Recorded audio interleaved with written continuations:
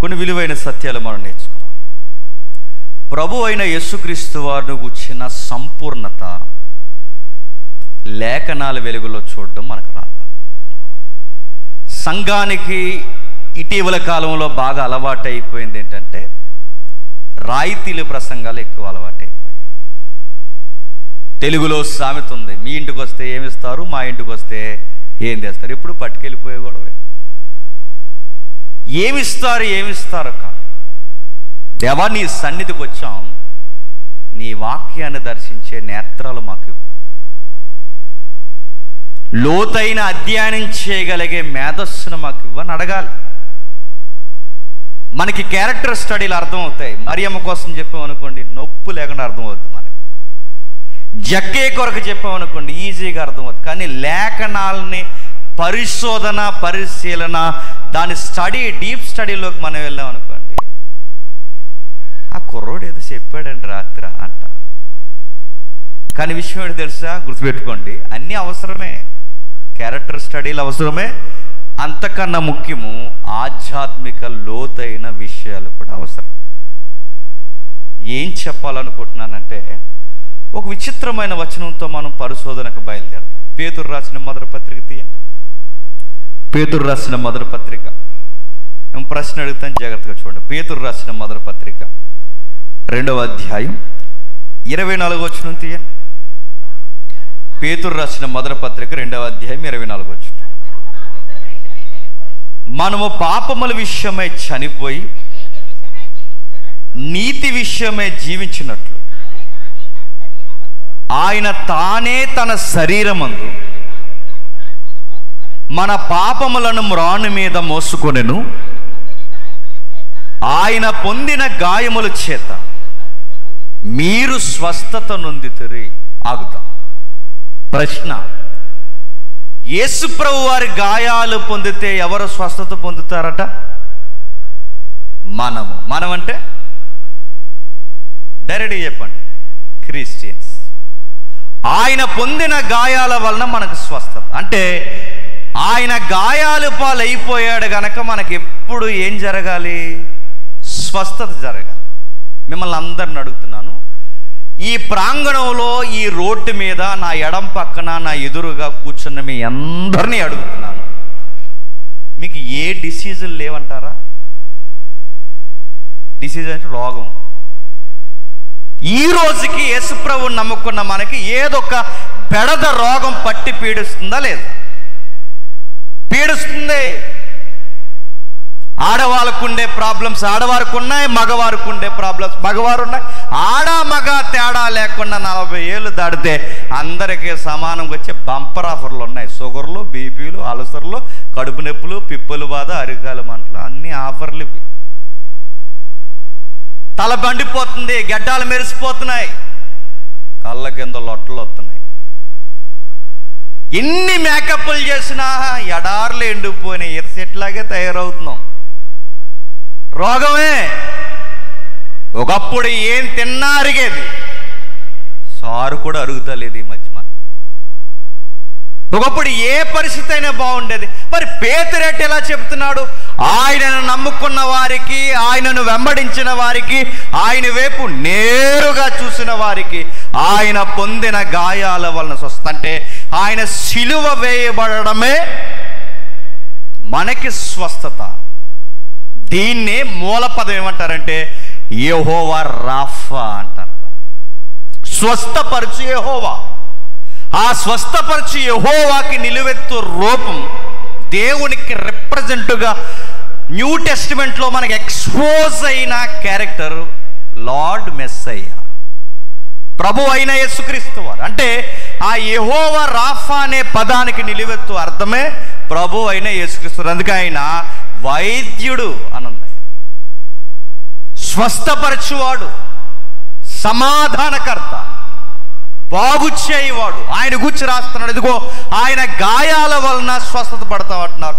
ఆయన గాయాలు పొంది 2000 సంవత్సరాలు అయ్యింది.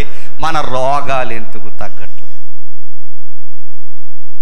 రిఫరెన్స్ రైట్ అంటారా, మన రోగాలు ఉన్నాయా లేదన్నది రైట్ అంటారా? చెప్పండి, చెప్పాలి.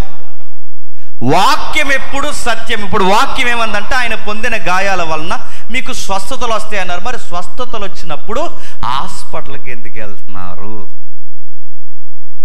మీకు డౌట్ వచ్చింది, దీని పాస్టర్ గారేనా అని. నేను పాస్టర్ గారిని.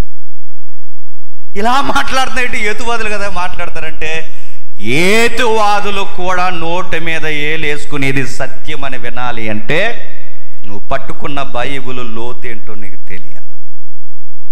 ప్రశ్నించేవాడు ప్రశ్న ఏదో ఈరోజు పెద్ద ప్రశ్నలా ఈరోజు క్రైస్తవుల మీదకి వాడు ఇసురుతున్నాడంటే మనకు తెరం లేక, మనకు చదవడం రాక, వాక్యపు సారం తెలియక మనం వస్తాం, ఫ్యాన్లు ఎక్కడ ఉన్నాయి చూసుకుంటాం, తిన్నంగా కూర్చుంటాం. చెమట ఎక్కకూడదు, పాస్టర్ గారు ఏలు ఎత్తకూడదు, మన మీదకి ఏమనకూడదు, నొప్పి రాకూడదు, గోళ్ళకి జారబడిపోవాలి. మిమ్మల్ని కదలండి, గోళ్ళకి జారబడిపోతారు.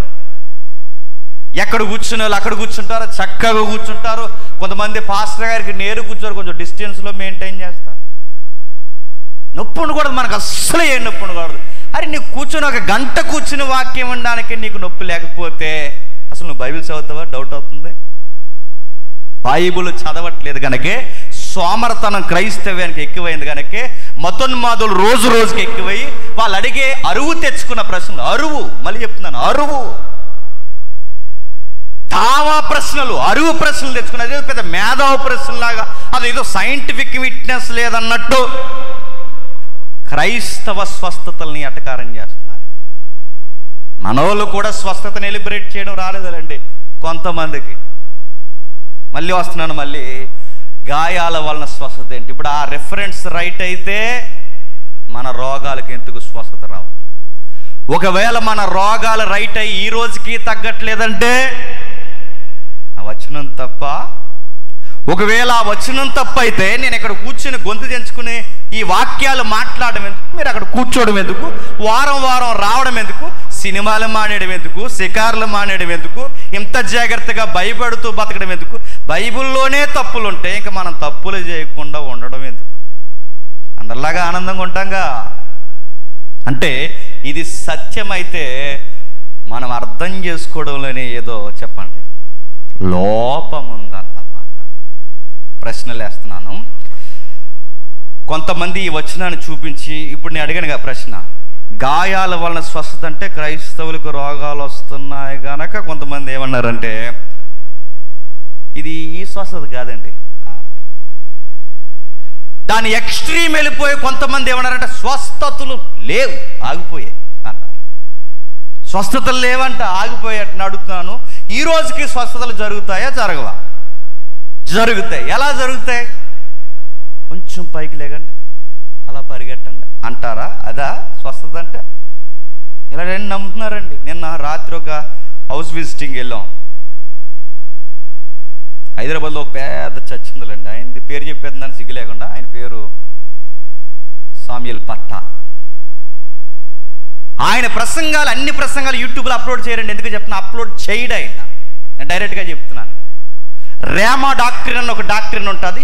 ఎంత అడ్డగోల ప్రసంగాలంటే దేవుడు నీకు ఆడి కారు ఇస్తాడు, ఆడి మళ్ళీ చిన్న కార్లు కాదు, ఆడి కారు ఇస్తాడు, BMW ఇస్తాడు, నమ్ము, నెంబర్ బోర్డు కూడా గుర్తెట్టుకుని ప్రేయర్ చేయి, వచ్చేస్తుంది అక్కడ.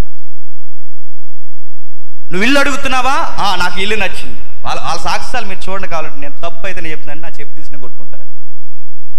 ఆ ఇల్లు నచ్చింది, ఇప్పుడు ఇదే ఇల్లు అనుకోండి, ఇల్లు నాకు నచ్చింది. ఇప్పుడు అక్కడ నాకు ప్రసంగం చెప్తాను, నీకు ఏ ఇల్లు నచ్చుతా ఇల్లు, రేపు నువ్వు వెళ్ళి ఏం చేస్తావంటే ఆ ఇంటికాలలో ఎవరు లేని టైంలో ఆ ఇంటి మీద సిలివేసి వచ్చేసి అక్కడ ప్రేయర్ చేసి వచ్చేలాంటి ఎప్పటికైనా ఇల్లు నాది అయిపోవాల. ఏం ప్రసంగాలండి? పక్కోడి ఇల్లు లాగేసుకోవడం ధర్మమా? రాత్రి ఒక ఇంటికి వెళ్తే చెప్తున్నారు, మా మామయ్య చాలా భక్తిపరుడండి, ఆయనకి రైట్ హ్యాండ్లో ఉంటాడండి. ఇలాంటి వ్యక్తి ఏం చేస్తున్నారు తెలిసిన? మా అమ్మగారికి ఈరోజు మా నాన్న చనిపోయాడు, నేను 2 పిల్లలు, ఇప్పుడు పరిస్థితులు ఘోరంగా ఉన్నాయి, మా అమ్మకు రావాల్సిన వాట ఇవ్వట్లేదు. ఇంత భక్తిపరుడు ఎందుకు ఇవ్వట్లేదంటే ఆయన మెసేజ్లు ఈయనకి ఏమని డిమాండ్ చేశాయంటే, ఈయన ఆడి కారు కొనాలనుకుంటే ఆడి కారుకి అమౌంట్ ఏది తీస్తున్నాడంటే మా అమ్మకు రావాల్సిన అమౌంట్ ఈయన తీసుకుంటున్నాడు. తప్పు కదంటే తప్పేం కాదు, ఆయన ఆ అమౌంట్ మీద సిలివేశాడు. ఇదేంటి ఇలా కూడా ఉంటారంటే? ఉన్నారండి. మనకి వాక్యాలు పూర్తిగా తెలియట్లేదు కనుకే కచ్చీపులు అమ్మేస్తున్నారు. నాకు కచ్చిపు ఎక్కడో తీసుకో, కచ్చీపు అమ్మేస్తున్నారు తెలుసా? శ్యామ్ కిషోర్ గారు కచ్చీపు అమ్మేస్తున్నారు తెలుసా? నేను పేర్లు చెప్తున్నాను, నన్ను ఏమనుకున్నా పర్లేదు, మీరు నెక్స్ట్ నన్ను పిలవకపోయినా పర్లేదు. సత్యం ఇది.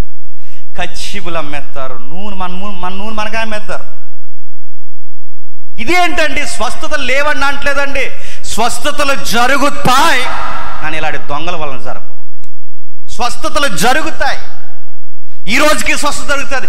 క్యాన్సర్ వ్యాధి 4th స్టేజ్లో ఆగిపోయినా నాకు తెలిసిన తల్లి ఉంది, దేవుడు స్వస్థపరిచాడు. కడుపులోకి తేరిక చనిపోతారని డిసైడ్ చేసిన కేసులు ఈరోజు బంతులో జరుగుతున్న పెద్దోళ్ళు నేను చూశాను, స్వస్థపరిచాడు దేవుడు. ఇక మనిషి లేవడు అయిపోయాడు అనుకున్న శవాలలో పాడడానికి సిద్ధమైన వ్యక్తులు బతికి ఈరోజు దేవుడికి సాక్ష్యం చెప్తున్నారు. ఆ స్వస్థతలు ఉన్నాయి. నూనె అమ్మేయడం, కచ్చీపులు అమ్మేయడం, ఇలాంటి రెఫరెన్స్ అడ్డు పెట్టుకుని ఇదిగో యెహోవా గాయాల వలన స్వస్థ అన్నడగా, ఇది నూనె అంటే నూనె కాదు, ఆయన గాయంలో నుంచి కారిన చెప్పండి రక్తం అనగా, నూనె రక్తం అనుకోవాలంట మనం. అంటే కనీసం లాజిక్ ఉపయోగించాలి కదండి. రక్తము, చిన్న రక్తం బాటిల్ ఎంత 2000, పెద్ద రక్తం బాటిల్ ఎంత 4000, ఇంకా పెద్ద రక్తం బాటిల్. నువ్వు నమ్ము, ఎలక రక్తం కూడా అమ్మేస్తారు, నీకు గుర్తుపెట్టుకో. కనీసం లాజిక్ చదువుకున్నా కదండి, ఎంతోకంత చదువుకున్నా కదా, మినిమం 10th క్లాస్ చదివిన జనరేషన్ అంటే ఇది, ఎంతో కొంత చదువుకుంటున్నా కదండి. లేఖనము, సత్యము, దేవుని వాక్యం ఇంత అడ్డగోలు మాఫియాగా వ్యాపారం జరుగుతున్నప్పుడు మనం అర్థం చేసుకోవట్లేదు కాబట్టి మనం అడగలేకపోతున్నాం. అడగకపోయినా కనీసం తెలుసుకుని జాగ్రత్తగా ఉండలేకపోతున్నాం. అందుకే ఆవేదనతో చెప్తున్నాను, కొంచెం వినండి. స్వస్థతలు లేవన్నారు కొందరు. కొంతమంది ఈ రెఫరెన్స్ అడ్డు పెట్టుకొని స్వస్థత సాల పెట్టేశారు. సాల ఏ సాల? స్వస్థత సాల. 1వ వారం రండి, 2వ వారం రండి, 3వ వారం రండి, 7 వారాలు రండి, తగ్గిపోతాయి. ఇది 7 వారాలు అనగా నా టక్కమని ఏం గుర్తొస్తుంది చెప్పనా? కేవలం 7 వారాల్లో నిగారింపు. ఏడు చెప్పాను, Emami, fair and handsome, fair and lovely, కేవలం 7 వారాల్లో నిగారింపులా లేదంటే ఇది? 7 వారాల తర్వాత జరగకపోతే ఏంటి? ఇంకో 7 ఆ 7కి కూడా జరగకపోతే చూస్తున్నారుగా టీవీ 9 అండ్ టీవీలో ఎంత ఎటకారం చేస్తున్నారో. ఆ వైద్యానికి పోవాల్సిన వైద్యంగా పోకుండా చనిపోయే స్థితిలో ఉన్న వారిని ఇక్కడ తీసుకొచ్చి సాల్లో పెడితే ఆ యవనస్తుడు చనిపోయాడు. ఎంత గొడవ అయిపోయిందండి రాష్ట్రం అంతా, ఎంత ఎటకారం అయిపోయిందండి. యేసుప్రభు నేను మాట్లాడినారండి. మనోళ్ళు ఏం జీవిస్తారంటే ఈ రెఫరెన్స్, ఈ పేతురు పత్రిక జీవించుదుగో ఆయన గాయాల వల్ల స్వస్థత అన్నాడు, అందుకే ఈ రిఫరెన్స్ని బట్టే మేము ఎలాగ స్వస్థపరుస్తున్నాం అని అన్నామంటే మరి రిఫరెన్స్ రైటే, వాక్యం ఎలా ఉంది? మీకే అర్థం కాకపోతే టీవీ 9 వాళ్ళకి ఎవరు చెప్తారు చెప్పండి? వాళ్ళకి ఎవరు వివరిస్తారు చెప్పండి? వాళ్ళు మన దేవుడిని అపార్థం చేసుకోరా? మన దేవుడిని తప్పు పట్టరా? మనకు జరుగుతున్న నష్టాలని మన విశ్వాసాన్ని మతమన ముద్రేసి వక్ర మార్గానికి చూపించరా? దేవుడు మనల్ని బట్టి గణపరచబడాలి తప్ప దేవుడు మనల్ని బట్టి చెప్పండి అల్లరికి కర్తగా కనబడకూడదు. అది చూద్దాం. స్వస్థతలు ఉన్నాయి, ఈ వచనాన్ని బట్టి వివరించడం రాక స్వస్థతలు లేవన్నారు. మరో ప్రశ్న, పొందిన గాయాల వలన స్వస్థత అన్నది ఖచ్చితమైన నిజం. ఆయన గాయాల వలన స్వస్థత పొందామన్నది ఖచ్చితమైన నిజం. బైబిల్లో స్వస్థతలు జరిగాయి. 30 ఏళ్ల నుంచి ఎటూ తోచక పడిపోయి ఉండిపోయిన పెద్ద ఆయన యేసుప్రభు లేప. 35 సంవత్సరాలు పై వెళ్ళేది, 30 రౌండ్ ఫిగర్ తీసుకుంటే ఆ కోనేరు దగ్గర పడిపోయి ఉన్నప్పుడు బాధపడతాడు ఆ మనిషి. 30 ఏళ్ళ నుంచి ఇక్కడే ఉన్నాను. 30 ఏళ్ళ నుంచి ఎందుకున్నావంటే కరుణ గృహం అని ఆ స్థలానికి పేరండి, కరుణ గృహం. ఆ కరుణా స్థలంలో ఎవరికే కరుణ లేదు. ఆయనకన్నా ముందే దూకేస్తున్నారు, ఎవడ కరుణించలేదు 30 ఏళ్ళ నుంచి. అరే 30 ఏళ్ళ నుంచి ఉంటున్నాడు రా, కనీసం ముందుగా కోనేటిలోకి దించుదామని ఒక్కడు అనుకోలేరు. ఎందుకంటే ఆయన బాధపడి ఒక మాట అంటాడు, నాకు ఎవరు లేరయ్యా, నా శరీరాన్ని కూడా నేను కదుపుకోలేను. అలాంటి రోగుల్ని స్వస్థపరిచిన దాఖలా, చనిపోయిన లాజర్ని, కుళ్ళిపోయిన శవాన్ని లేపేసిన దాఖలాలు ఉన్నాయి. దావీదు కుమారుడా కరుణించవయ్యా అని ఆయన వైపు చూసి ఆర్తనాదనాలు చేస్తే పుట్టుగుడ్డు వారికి చూపునిచ్చిన కేస్ స్టడీలు ఉన్నాయి. రక్తస్రావం చేత, రోగము చేత వేడవబడి ఏడుస్తూ ఎటూ చెప్పుకోలేక, స్త్రీ గౌరవానికి సంబంధించిన యూదుల నాగరికత మధ్య ఏమనలేక చెబితే కనీసం నీడ కూడా పడినవరని బిక్కుమని దాక్కుని 12 ఏళ్ళు నలిగిపోయిన ఒక స్త్రీమూర్తికి స్వస్థత ఇచ్చాడు. ఇలా చాలా ఉన్నాయి, చెప్పుకుంటూ వెళ్ళిపోతాయి. మరి ఆయన పొందిన గాయాల వలన స్వస్థత అయితే అప్పటికి ఆయన గాయాలు పొందాడా? ఇప్పుడు నేను చెప్పిన కేసులన్నీ బట్టి లాజర్ లేపే సమయానికి గాయాలు ఉన్నాయా? లేవు. సమరయ స్త్రీకి క్షమించండి, ఆ రక్తస్రావం కలిగిన స్త్రీకి ఆ స్వస్థత జరిగే సమయానికి ఆయన గాయాలు ఉన్నాయా? లేవు. నా ప్రశ్న అర్థమవుతుందా? అంటే గాయాల వలన స్వస్థత అయితే మరి అప్పుడు గాయాలు లేవుగా, అంటే ఏదో ఉంది అక్కడ.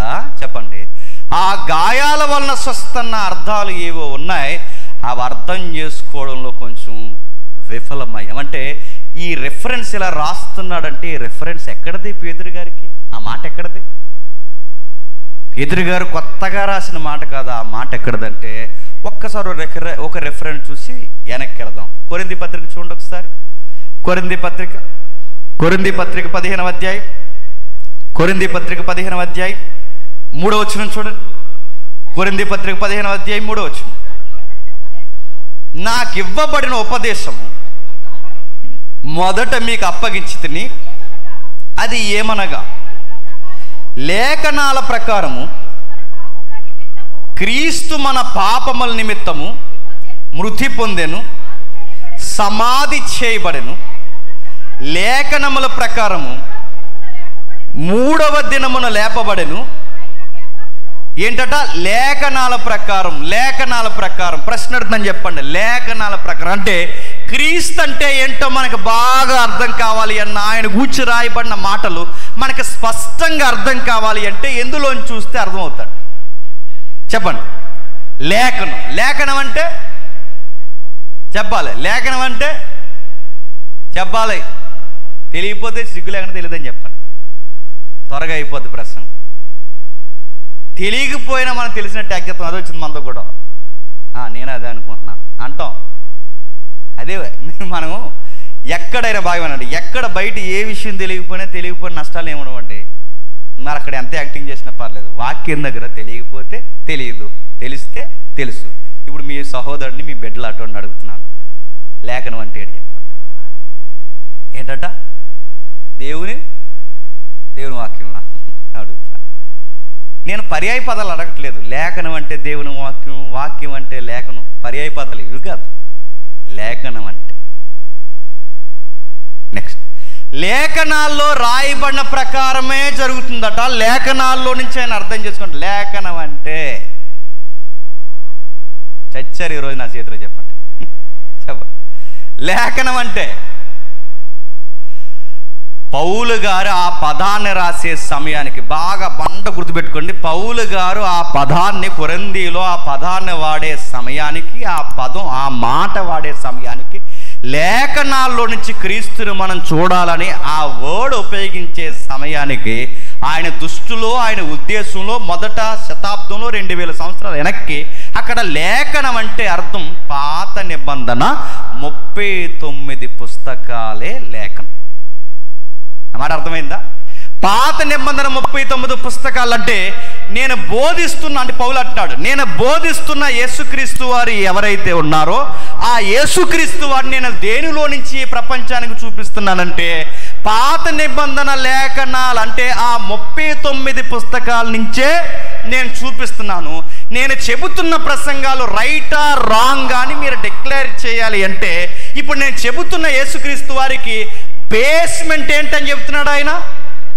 పాత నిబంధన పుస్తకాలు. అంటే ఇప్పుడు పౌలు గారి ప్రసంగం రైటా రాంగా తెలియాలంటే పాత నిబంధన పుస్తకాలకి సరిపోయిన పదాలు ప్రసంగం ఉంటే ఈయన చెప్పిన ప్రసంగం రైటు. అది పౌలు గారికి అయినా. ఇప్పుడు అదే కొలత ఎవరికి వర్తిస్తుంది? పేతురు గారికి. ఎందుకంటే మనం కదిపిన వచనం ఎవరిది? పేతురు గారు. ఇప్పుడు పేతురు గారు చెబుతున్న మాట కూడా ఎక్కడో 39 పుస్తకాల్లో ఉండాలన్నమాట. ఎక్కడుంది? యెషయా గ్రంథం 53వ అధ్యాయం 5వ వచనంలో ఉంది. ఆ మాటని ఇక్కడ రాశాడు. ఎవరు? పేతురు గారు. ఏమని రాశాడు? చదవండి ఇప్పుడు. మన అతిక్రమ క్రియలను బట్టి అతడు అంటే క్రీస్తు గాయపరచబడెను, మన దోషములను బట్టి ఆయన నలగొట్టబడెను, మన సమానార్థమైన శిక్ష అతని మీద పడెను, అతడు పొందిన దెబ్బల చేత మనకి స్వస్థత. అంటే అతను పొందిన దెబ్బలు, ఇక్కడ దెబ్బలు అన్నాడు, క్రొత్త నిబంధనలో గాయాలన్నాడు. గాయాలన్నా దెబ్బలన్నా ఒకటే. ఇప్పుడు ఈ మాట పేతురు గారు ఉపయోగించడానికి ముందు ఎవరు ఉపయోగించారు? యెషయా గారు. యెషయా గారు ఎలా ఉపయోగించారు? పరిశుద్ధాత్మను బట్టి ఉపయోగించాడు. అంటే ఇది ఎవరి ఉద్దేశాలతో రాయబడినది కాదు, సాక్షాత్తు పరిశుద్ధాత్మ దేవుడు ఉపయోగించిన మాటలు. అంటే ఇవి అక్షర సత్యాలు. ఇప్పుడు యెషయా గారు కూడా ఏమంటున్నారంటే ఆయన పొందిన దెబ్బల వలన, అంటే ఆయన పొందిన గాయాల వలనే మనకి స్వస్థత కలుగుతుంది అంటారు. మళ్ళీ తిరిగి బండి మొదలుకు వచ్చింది, గాయాల వలన స్వస్థతే. ఇప్పుడు ఇందాక వరకు మీ పాస్టర్ గారు నడిపించారు, అధ్యక్షత చేశారు. ఇప్పుడు నాకేదో రోగం వచ్చిందను, నా రోగం తగ్గడానికి డాక్టర్ గారు ఆయన్ని మెత్త కొట్టేమన్నారు అనుకోండి, ఎలా ఉంటుందండి? అర్థమైందన్నమాట. ఇప్పుడు నాకు స్వస్థత రావాలని ఎవరో ఒకరు నిలబెట్టి వాళ్ళకి గాయాలు పాలు చేసేస్తే ఇదేమైనా లాజిక్కా? నా రక్తంలో ఉన్న రోగం తగ్గడానికి వాళ్ళ రక్తం కారణం ఏంటి? మీకు అర్థమవుతుందో లేదో? అర్థమైపోయినా అర్థమైనటువంటి మొక్కలు కొంచెం చెప్పు, బండాలు ముందుకెళ్ళిపోతాం. లేకపోతే నేను మళ్ళీ మొదలెడతాను వెనక్కి వెళ్ళి. ఓకే, ఇప్పుడు ఆయన పొందిన గాయాల వల్ల స్వస్థత అంటే యేసు ప్రభు 2000 సంవత్సరాల క్రితం గాయాలేంటి, మనకి స్వస్థత ఏంటి? ఇప్పుడు ఒకవేళ ఆయన గాయాల వల్లనే స్వస్థత అయితే ఈ రోజుకి మనకి రోగాలు రాకూడదు. కరోనాలో దైవజనులు చచ్చిపోయారా లేదా? మంచి దైవజనులు చనిపోయారండి, సంఘ పెద్దలు చనిపోయారు, మంచి విశ్వాసులు చనిపోయారు. మరి ఎందుకు చనిపోయారు? రాకూడదుగా వైరస్ క్రైస్తవులకి. కొంతమంది అన్నారు, కొంతమంది పేరు చెప్తున్నాను, ఆ శ్యామ్ కిషోర్ గారు అన్నారు, ఏమనంటే మా టెంపుల్కి వచ్చిన వారికి కరోనా రాదన్నారు, అందరు కరోనా వచ్చింది, చర్చి మూసేశారు. ఈ రిఫరెన్స్ చూపించే చాలామంది గవర్నమెంట్కి వ్యతిరేకంగా చర్చలు పెట్టారు. ఆ రోజు మాకు కరోనా రాదు, మా చర్చికి వచ్చిన వాళ్ళు 90 ఏళ్ళు బతుకుతారన్నారు. ప్రకటన చేసిన తర్వాత రోజుకి 20 ఏళ్ళు 30 ఏళ్ళు చనిపోయిన బ్యాచ్ తయారయ్యారు. ఎలా చెప్తున్నారు ఆ మాట్లాంటి? ఇదిగో ఈ రిఫరెన్స్ బట్టి చెప్తున్నారు. ఈ రిఫరెన్స్ వాళ్ళకి అర్థం అవ్వలేదు, వాళ్ళకే కాదు చాలామందికి మన లొకాలిటీలో కూడా అర్థం అవ్వట్లేదు. అందుకే నా బాధ ఏంటంటే వివరించాలి ఇప్పుడు అసలు ఏంటో ఇదేంటో మనకు అర్థం కావాలంటే మొట్టమొదటి ప్రశ్న, అసలు స్వస్థత అంటే ఏంటి? నా మాట అర్థమవుతుందా? స్వస్థత అంటే బాగు చేయడం. ఓకే, స్వస్థత అన్న పదం అన్ని వేళలా ఒకే అర్థాన్ని సందర్భాలలో ఇవ్వలేదు. మళ్ళీ చెప్తున్నాను, స్వస్థత అన్న పదం అన్ని వేళలా అన్ని సందర్భాల్లో ఒకే అర్థాన్ని ఇవ్వదు. ఎట్లా అన్నా మాకు అర్థం అవ్వట్లేదంటే ఒక ఉదాహరణ చెప్తాను వినండి. తెలంగాణలో చుట్టాలు ఉన్న వాళ్ళు ఉన్నారు, ఇక్కడ ఉన్నారా? హైదరాబాద్ వెళ్ళారు ఎప్పుడన్నా? తెలంగాణలో ఎవరైనా తెలుసులో ఉంటే చెప్పండి. తెలంగాణలో వాళ్ళకి తిక్కలేగితే ఒక మాట అంటారు, దొబ్బే ఎక్కడి నుంచి అంటారు.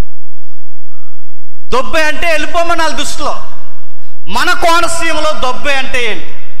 ఆ మైక్ అట్టిపోతారు, ఆ ఫ్యాన్ అట్టిపోతారు. దొబ్బే అంటే మన దగ్గర అర్థం ఏంటి చెప్పండి? దొబ్బే అంటే ఏదో అట్టిపోవడం. వాళ్ళకి దొబ్బే అంటే చెప్పండి వెళ్ళిపో అని. అంటే ఒకే పదం స్టేట్ దాటేసరికి ఒకే పదం, పరిస్థితి మారేసరికి ఒకే పదం, ఇక్కడి నుంచి అక్కడికి జర్నీ చేసేసరికి ఏమైంది చెప్పండి? అర్థం మారిపోయింది. ఇలా ఒకటి కాదు, మన తెలుగులో చాలా ఉన్నాయి. చెప్పు మాట్లాడమని, చెప్పు అని పొలిబెగితే చెప్పని, చెప్పు రెండు ఒకటే సౌండ్ దగ్గర కూడా. అంటే కొన్ని పదాలు సందర్భాన్ని బట్టి అక్కడున్న పరిస్థితులను బట్టి మారిపోతాయి. ఇప్పుడు బాగా గుర్తొస్తాయి మీకు. స్వస్థత అన్న పదం అన్ని వేళ రోగాలకు ఉపయోగించిన పదము కాదు. అదొక్కటి మీకు అర్థమైతే విషయం బాగా అర్థమవుతుందా? అంటే ఇప్పుడు స్వస్థత అనేది రోగాల కోసం కాదా? రోగాల కోసం కాదు, అంతకు మించి ఇంకా రోగాలు లేని స్థితులకు మించి వాడిన పదం అది. అది అర్థమవుతే భలే అనిపిస్తుంది లైఫ్. ఒక ప్రశ్న రేజ్ అవ్వడానికి, ఇంకా మీకు బాగా అర్థం కావడానికి ఒకసారి ద్వితీయోపదేశకాండ, క్షమించండి, 2వ దినవృత్తాంతాల గ్రంథం చదవండి ఒకసారి.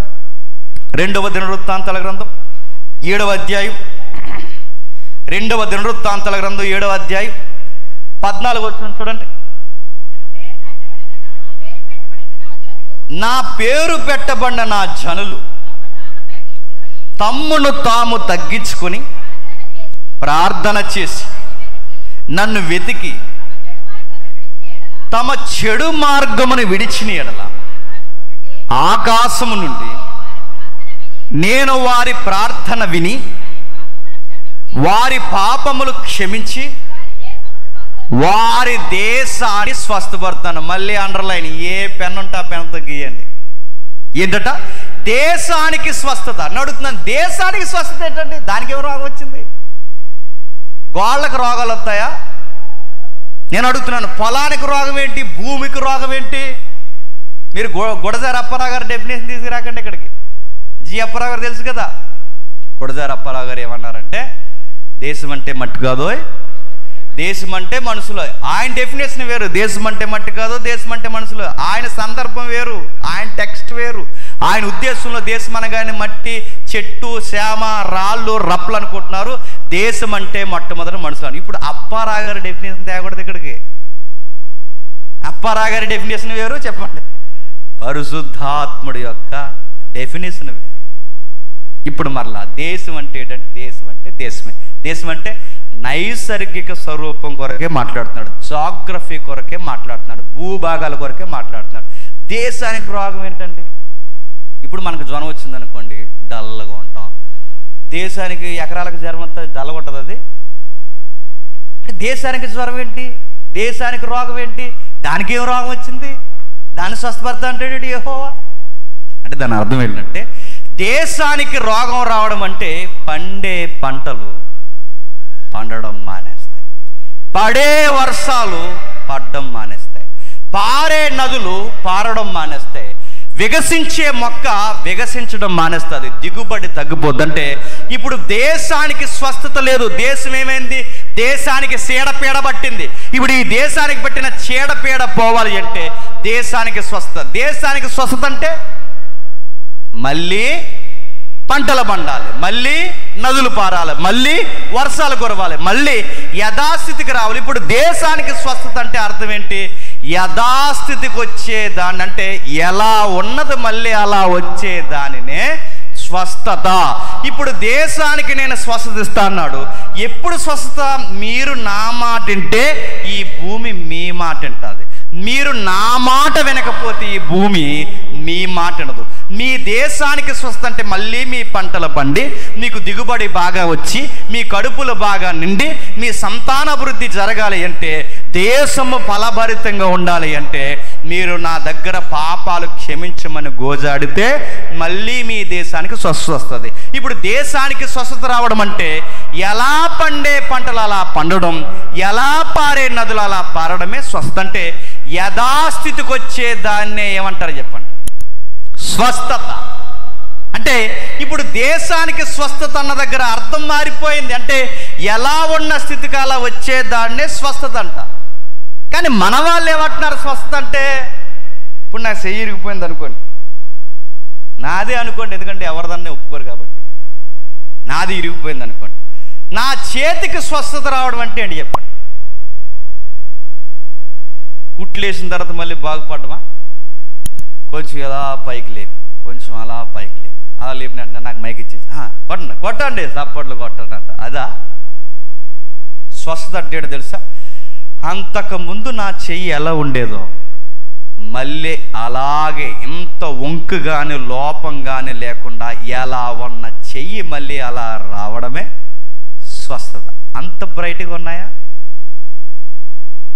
అంటే స్వస్థత అన్న పదానికి బైబిల్ అర్థం ఏమిస్తుందంటే ఎలా ఉన్న స్థితికి అలా రావడం. ఇది మీకు అర్థమైతే పడిపోయిన ఏదైనా, ఈ మాట బాగా వినాలి, పడిపోయిన నిటారుగా ఉన్న దాన్ని, పడిపోయిన ఏదైనా మళ్ళీ యథాస్థితిగా వచ్చేదాన్ని రెస్టోరేషన్ అంటారు.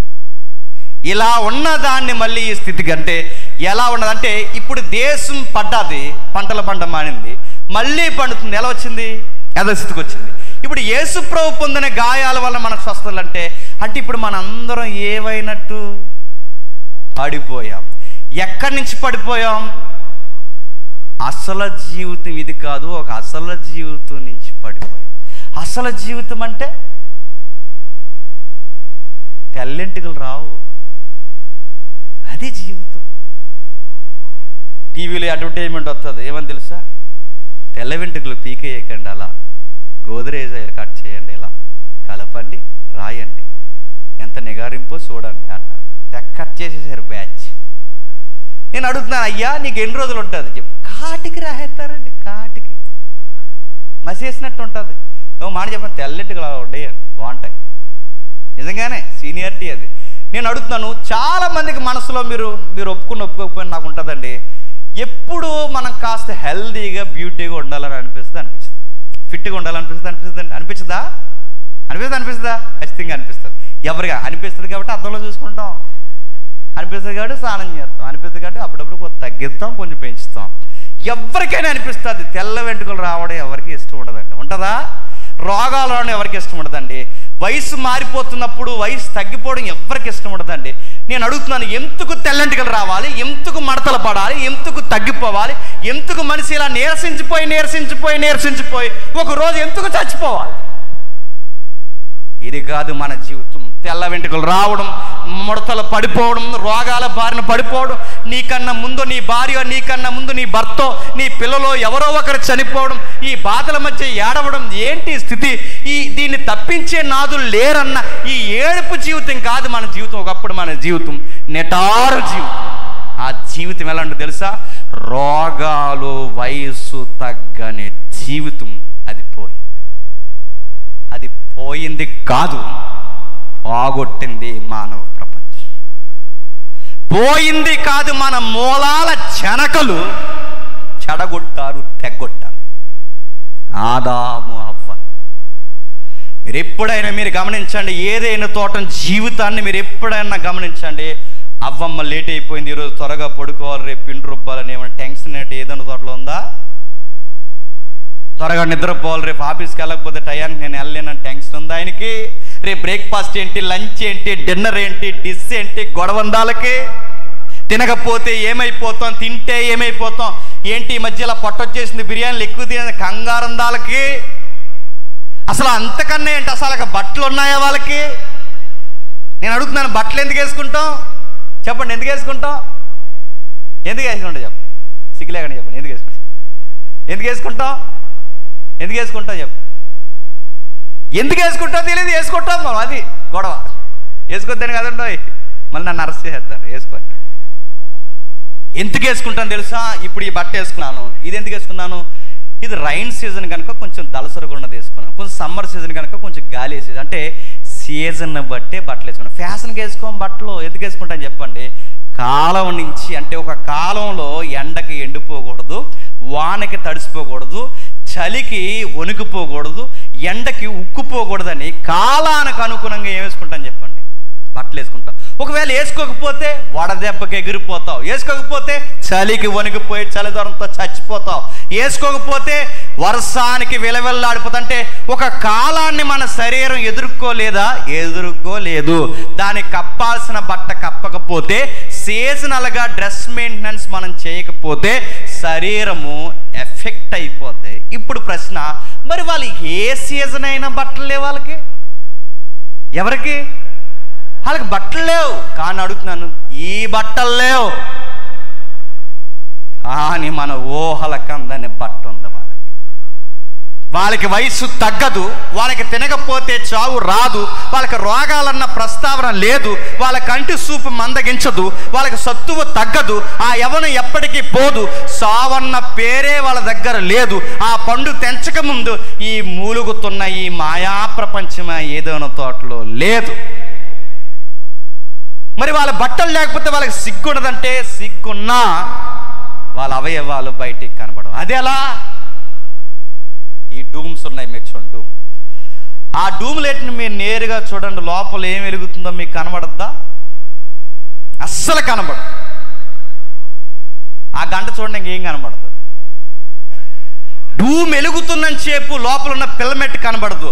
ఆ పిల్మెట్ మనకు కనబడాలి అంటే చెప్పండి, పవర్ పోతే లోపల ఉన్నవన్నీ బయటికి కనబడతాయి. అంటే ఇప్పుడు ఈ లైట్కి వస్త్రం ఏంటి చెప్పండి? దాని వెలుగే దానికి వస్త్రం. లోపల ఉన్న ఫిలమెంట్ కనబడకుండా దాన్ని కప్పేసింది. దాని వెలిగే తన లోపల ఉన్న అంతర్గత భాగాల్ని కప్పేసింది. ఇది మీకు అర్థమైతే ఆదామవ్వలు మహిమతో ఉండేవారు. మహిమే వాళ్ళకి వస్త్రం. ఆ మహిమలో వాళ్ళు ఉన్నారు కనుకే రోగం లేదు, పురుటి నొప్పుల చావు లేవు, వాళ్ళకి భయంకరమైన ఆకలి దప్పులు లేవు, కన్నీరు లేదు, ఎండకి ఎండరు, వానకి తడరు. ఎన్ని సీజన్స్ మారిపోయినా ఆ బాడీకి ఏం జరగదు. ఆ బాడీ ఎట్లాగైనా మౌల్డ్ అవుద్ది. ఆ బాడీ నేమ్ మహిమా దేహం అన్నారు. అక్కడి నుంచి పడిపోయాము. ఎక్కడి నుంచి? ఆదామవ్వలు ఎప్పుడైతే పండు తెంచారో ఆ స్థితి నుంచి పడిపోయాం. మళ్ళీ స్థితి రావాలి అంటే ఏమవ్వాలి చెప్పండి? అయ్యగారు చేసిన దానికి, మన అమ్మల అమ్మగారు చేసిన దానికి, ఆ అమ్మలందరూ చేసిన దానికి, మన అయ్యలందరూ చేసిన దానికి, మనమందరం చేసిన దానికి రుణం కట్టాలి. రుణం. ఆ రుణం కట్టి ఆయన గాయాలు పొందితే, ఆయన దెబ్బలు తిని రక్తం కారితే, చేసిన పాపాలకు రుణం కట్టబడితే మళ్ళీ మనకు స్వస్థ. అంటే ఎక్కడి నుంచి పడిపోయామో చెప్పండి, మళ్ళీ అక్కడికి వెళతామన్నమాట. దీనినే చెప్పండి స్వస్థత అంటే. మళ్ళీ రోగాలు రాని స్వస్థత, ఇక రోగమనే పదమనే లేని స్వస్థత. అసలు ఈ జీవితం కానీ ఒకప్పుడుండే ఉన్నతమైన జీవితంలోకి మళ్ళీ వెళ్ళిపోయే స్వస్థత. దేశం యథాస్థితికి వెళ్ళిపోవడం ఎలా స్వస్థతో, మనం ఈ స్థితి నుంచి మళ్ళీ ఆదామవ్వల మొదటి స్థితికి వెళ్ళిపోవడమే నిజమైన స్వస్థత. ఆ స్వస్థత జరగాలి అంటే ఆయన ఏమవ్వాలి చెప్పండి? గాయాలు పొందాలి. ఆ గాయాలు ఈ ప్రపంచానికి స్వస్థత అవ్వాలి. అందుకే అబ్రహాముకి చెప్తాడు. ఏమని చెప్తాడు తెలుసా? చూడండి ఒకసారి. నిర్గమాకాండం త్వరగా ముగించుకుందాం. నిర్గమాకాండం 19వ అధ్యాయం. నిర్గమాకాండం 19వ అధ్యాయం ముగించుకుందాం. 6వ వచనం. నిర్గమాకాండం 19వ అధ్యాయం 6వ వచనం. మోసేకి మళ్ళీ జ్ఞాపకం చేస్తున్నాడు. ఎప్పుడో అబ్రహాము మాట మళ్ళీ మోసే దగ్గర జ్ఞాపకం చేస్తున్నాడా? ఇశ్రాయేలు అయిన మీరు నాకు యాజకులు, పరిశుద్ధమైన జనముగాను ఉందురని చెప్పెను. మీరు ఇశ్రాయేలుతో పలకవలసిన మాట ప్రజలందరికీ చెప్పును. ఏమని చెప్తున్నాడు? ముందు మీరు నాకు యాజకులని వీరిని అనకముందు ఈ మాట ఎవరి దగ్గర ఉపయోగిస్తాడు తెలుసు? అర్థం వచ్చేలా అబ్రహాముని అంటాడు. యాజకుడు అంటే దేవుడికి మనుషులకి మధ్యవర్తినే యాజకుడు అంటాడు. మొట్టమొదట ప్రపంచానికి మధ్యవర్తిగా ఎంపిక చేసుకున్నది ఆదాము, నావోహు. తర్వాత ఎవరిని చెప్పాడు? అబ్రహాముని. అబ్రహాముని అన్నాడు ఏమని? నీ ద్వారా ఈ ప్రపంచాన్ని ఆశీర్వదిస్తాడు. ఎలా ఆశీర్వదిస్తాడు? క్రీస్తుని అనుగ్రహించడమే ఆశీర్వదించడం. క్రీస్తుని అనుగ్రహించడం అంటే ఎలా అనుగ్రహించడం? మన పక్షమున ఒక యథార్థపరుడు దైవం సశరీరుడుగా ఇలలోని గాయాలు పొంది పోయిన మన జీవితాన్ని మరలా మన దగ్గరికి తీసుకురావడమే క్రీస్తుని మనకు అనుగ్రహించి అబ్రహాము ద్వారా ఈ ప్రపంచాన్ని చెప్పండి దీవించడం. అందుకే గలతీ పత్రికలు ఏమంటాడంటే, ఇంటికి వెళ్ళిన తర్వాత చదవండి. నీ సంతానములకు అనక నీ సంతానమునకు అంటే బహువచనం కాదు, ఏకవచనం. నీ సంతానములంటే నీ పిల్లల కోసం కాదు, నీ సంతానం అంటాడంటే నీ సంతానం అంటే ఆ సంతానం ఎవరో కాదు, ప్రభు అయిన యేసుక్రీస్తు. అంటే ఈ ప్రపంచంలో దేవుడు శిశువుగా పుట్టడమే, ఈ ప్రపంచంలో దేవుడు దీనుడిగా రావడమే ఈ ప్రపంచానికి గొప్ప దీవెన. ఎలా దీవెన, ఎలా స్వస్థత అంటే దేవుడు మన శరీరాలని మళ్ళీ రోగాలు లేని శరీరముగా, వ్యాధులు లేని శరీరముగా, బాధలు లేని శరీరముగా, అసలు ఆకలే లేని శరీరముగా, అసలు దాహంతోనే పని లేని శరీరముగా, మళ్ళీ ఈ ఓడబారని జీవితం అంటే ఈ ఓడిపోయే జీవితం లాంటి జీవితం కాకుండా ఎప్పటికీ ఓడబారిన జీవితాన్ని ఇవ్వడానికి, మన శరీరాలను బాగు చేయడానికి దేవుడు శరీరముగా ఇలాలో పెట్టుబడిగా నలిగిపోవాలి. ఇది స్వస్థత. ఇది జరిగినప్పుడు మరలా మనకి యథాస్థితికి వెళ్తాయి. ఇప్పుడు మీకు ప్రశ్న రావాలి, మరి ఇంకా వెళ్ళలేదే? వెళ్ళిపోవాలి కదా, ఏదైనా తోటలోకి వెళ్ళామా? ఇంకా వెళ్ళలేదు. ఆయన పొందిన గాయాల వలన మరి ఏదైనా తోట అంటే మొదటి స్థితిలోకి వెళ్ళిపోవడమే స్వస్థతని యెషయా గారు పేతురు గారు అన్నారని మీరు అంటున్నారుగా. మరి ఇంకా మనం ఇంతకెళ్ళలేదు, ఇంకా మురుగుతున్నాం, ఇంకా తుమ్ముతున్నాం, ఇంకా అరుగుతలేదు, ఇంకా షుగర్ బ్యాచ్ ఉన్నారు చాలా మంది, ఇంకా అలాగే ఉన్నాం, మరి ఇంటికి వెళ్ళట్లేదు. ఈ క్లారిటీ చెప్పి నేను ముగిస్తాను. మొదటి రాకడలో గాయాలు పొందాడు, రెండవ రాకడలో పొందిన గాయాలకి స్వస్థత చేయబోతున్నాడు. దాని పేరే తమ తమ వరుసల్లో కుళ్ళిపోయి పాతి పెట్టబడిన శరీరాల్ని తమ తమ వరుసల్లో తిరిగి లేపడానికి ఒక రోజు రాబోతున్నాడు. దాని పేరే ప్రపంచ స్వస్థత అంటారు. ఆ రోజు ఆయన వస్తాడు, వచ్చి తిరిగి లేపుతాడు. ఆ లేపిన తర్వాత మళ్ళీ మనుషులు చనిపోరంటే చనిపోరు ఇంకా. దాని పేరు ప్రపంచ పునరుద్ధానం అంటారు, అది ప్రపంచ పునర్జన్మ అంటారు, అది ప్రపంచ పునర్జన్మ స్వస్థత అంటారు. దాన్నే రెస్టోరేషన్, దాని ఈక్వల్ టు వర్డ్ రెజరెక్షన్ అంటారు. అది జరుగుద్ది ప్రపంచానికి. అది జరిగినప్పుడు యథాస్థితికి వెళ్ళిపోతాం. యథాస్థితికి వెళ్ళిపోతే ఆ లైఫ్ వస్తుందంటే వస్తుంది. ఎక్కడుందా మాట? ప్రకటన గ్రంథం చూడండి ఒకసారి. ప్రకటన గ్రంథం ముగించేద్దాం. ప్రకటన గ్రంథం 7వ అధ్యాయం 16వ వచనం. ప్రకటన గ్రంథం 7వ అధ్యాయం 16వ వచనం నుండి, వారికి ఇక మీదట, ఎప్పుడు జరగబోయేది? వారికి ఇక మీదట. ఇక్కడ ఏ సందర్భం? ప్యారడైజ్ అన్నారు. ప్యారడైజ్ అంటే హైదరాబాద్లో ఉంది కదా బిర్యానీ, అది కాదు. జాయింట్ బిర్యానీ అది కాదు. దమ్ము అది కాదు. ప్యారడైజ్ అంటే అడుగుతున్నాను, ప్యారడైజ్ అంటే ఏంటి చెప్పండి. ప్యారడైజ్ అంటే చెప్పండి. ప్యారడైజ్ అంటే ఏంటి చెప్పండి. చూసారు, బిర్యానీ అలవాటు అయిపోయింది. ప్యారడైజ్ అంటే చెప్పండి. ప్యారడైజ్ అంటే పరదేశ్ అని. పరదేశ్ అంటే ప్యారడైజ్ అనకండి. ప్యారడైజ్ అంటే పరదేశ్. పరదేశ్ అంటే అర్థం ఏంటి తెలుసా? ఇబ్రూ అర్థం ఏంటి తెలుసా? పరదేశ్ అన్న ప్యారడైజ్ అన్న అర్థం ఏంటంటే ఉద్యానవనం. ఉద్యానవనం, ఉద్యానవనం, ఉద్యానవనం. బాగా గమనించండి, ఉద్యానవనం. మన అసలు జీవితం ఉద్యానవనంలోనే పోయింది. ఎక్కడ పోయిందండి? ఉద్యానవనంలో పోయిందంటే వనములో పోయిన జీవితం మళ్ళీ వనములో తెచ్చుకోవడానికి వెళ్ళబోతుంది. అదే ప్యారడైజ్. ఆ ప్యారడైజ్లో ఏముంటుంది? ఇక్కడ వివరిస్తున్నాడు. ఏముంటుంది చెప్తున్నాడు. వారికి ఆ రోజుక మీదట ఆకలి ఉండదు. సేమ్ ఆదాము అవ్వలాగే వాళ్ళకి ఆకలైనను దాహమైనను ఉండదు. సూర్యునితో పని లేదు, ఏ వడగాలితో పని లేదు, వారికి తగలదు. ఏలైనగా సింహాసనం మధ్య నుండి గొర్రెపిల్ల వారికి కాపరి అయి జీవజలముల బుగ్గ ఎద్దకు వారిని నడిపించును. దేవుడే వారి కన్నుల నుండి ప్రతి బాష్ప బిందువును తుడిసివేయును. ఏమర్థమవుతుంది? ఆకలుండని, దప్పుకుండని, ఎండ వాన సూర్యుడితోనే పని లేకుండా దేవుడే వెలుగుగా ఆయన సహవాసులుండే ఇలాంటి జీవితం ఒకప్పుడు ఎక్కడుండేది చెప్పండి? ఎక్కడుండేది? ఆదాము అవ్వల దగ్గర ఉండేది. ఆ పోయిన జీవితాన్ని మళ్ళీ ఇవ్వడానికే, ఆదాము పోగొట్టిన జీవితాన్ని మళ్ళీ మనకి ఇవ్వడానికే కడపటి ఆదాముగా ఎవరు వచ్చారు చెప్పండి? యేసుక్రీస్తు. ఈ కడపటి ఆదాము ఏమయ్యాడు తెలుసా? గాయాల పాలయ్యాడు. ఎందుకు గాయాల పాలయ్యాడంటే పోయిన ఆదాము పోగొట్టిన జీవితాన్ని ఈ ఆదాము తిరిగి ఇవ్వడానికే గాయాల పాలైపోయాడు. ఆ గాయాల వలన మనకి స్వస్థత కలుగుతుంది, కలుగుద్ది భవిష్యత్తులో.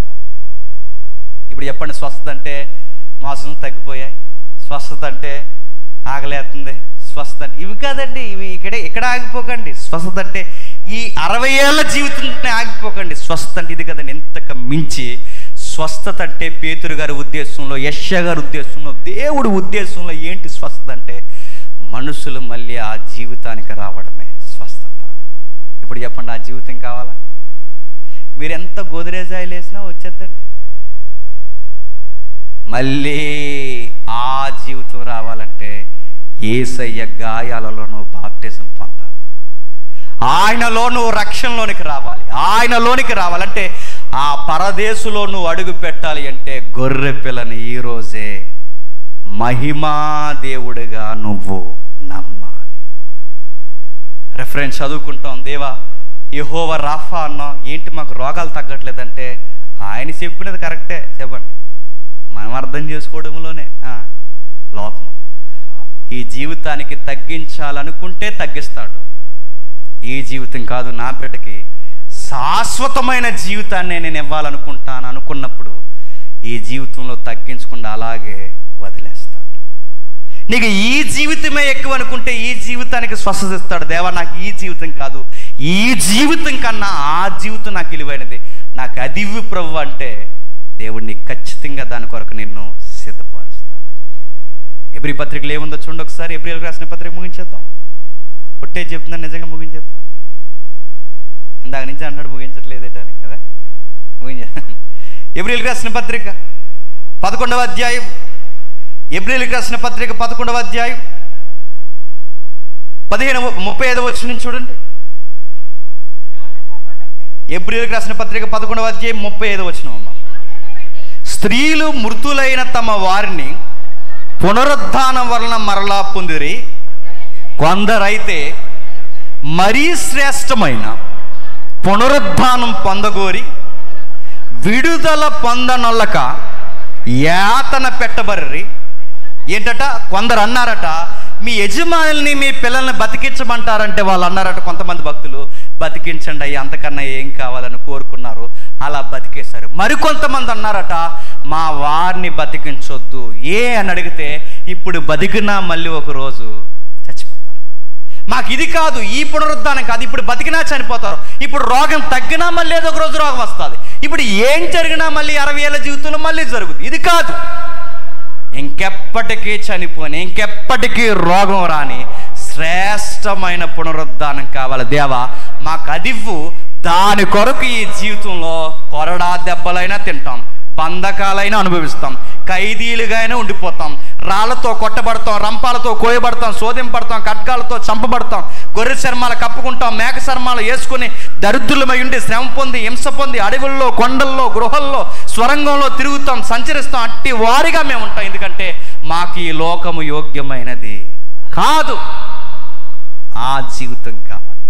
ఇప్పుడు చెప్పండి, పేతురు గారు, యెషయా గారు, పరిశుద్ధాత్ముడు మనకి అంత పెద్ద జీవితం కొరకు మాట్లాడుతుంటే ఆ జీవితాన్ని వదిలేసి మనం ఇక్కడ ఏమడుగుతాం చెప్పనా? గేదె పాలు ఎత్తలేదని మా గేదెకి స్వస్థ. గేదె కూడా ఎందుకు?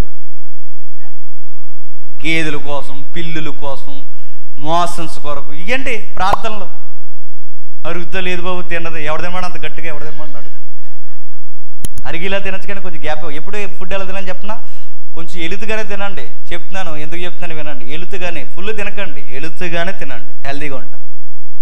ఆవు అనేలా తినేకండి, ఎక్కడికి రాకూడదు. మెతులు గుర్తుపెట్టుకోండి. ఎప్పుడు ఆకలి, కాస్త ఆకలి ఉండేలాగా తినండి. ఎప్పుడు నిటారుగా ఉంటావు, గుర్తుపెట్టుకో. మనకి తినడం రాదు, మనకి ప్రార్థన చేయడం రాదు. దేవుడి దగ్గర రెఫరెన్స్ పెట్టి, ప్రార్థనలో రెఫరెన్స్ పెట్టి, యెహోవా రాఫా అన్నావు, ఇంకా మాకు రాఫా లేదేంటి ప్రభు అని అడిగితే రాఫాలో పడేస్తాడు తీసుకెళ్ళి. జరుగుతుంది యుద్ధం, చూసారా? రాఫా యుద్ధాలు. సమంత పోస్ట్ పెట్టిందిగా, రాఫా అని ఏం చేయకండి. రాఫా, రాఫా అంటే ఏంటో తెలియదు సమంతకి. రాఫా, యెహోవా రాఫా. ఇప్పుడు యుద్ధం జరుగుతుంది. యెహోవా రాఫా అంటే ఆ రోజు చేదు జలములను తీయటి నీళ్ళుగా మార్చేసినప్పుడు పెట్టబడిన పేరే రాఫా. ఆ స్థలంలోనే ఇప్పుడు యుద్ధం జరుగుతుంది, అదే రాఫా. ఇప్పుడు ఈ చేదు జలాలను మార్చడు, రేపొద్దున మన జీవితాన్ని మార్చేయబోతున్నాడు. అందుకే యేసుక్రీస్తు వారిని మనం బలముగా నమ్మాలి. నమ్మిన వారు ఆ రోజు ఆయన మేఘాల మీద వస్తాడు. ఆయన యందు నిద్రించిన వారు తమ తమ వరసల్లో తిరిగి లేస్తారు. ఆకలి, దప్పిక, ఎండ, సూర్యుడు ఏది లేని ఏదేను వనపు జీవితాన్ని మళ్ళీ ఒకరోజు పొందుకోబోతున్నారు. ఇది కావాలనుకున్న వారు అలా కళ్ళు మూసుకోండి. నా ప్రార్థనతో ఏకీభవించి ప్రార్థన చేసుకోండి.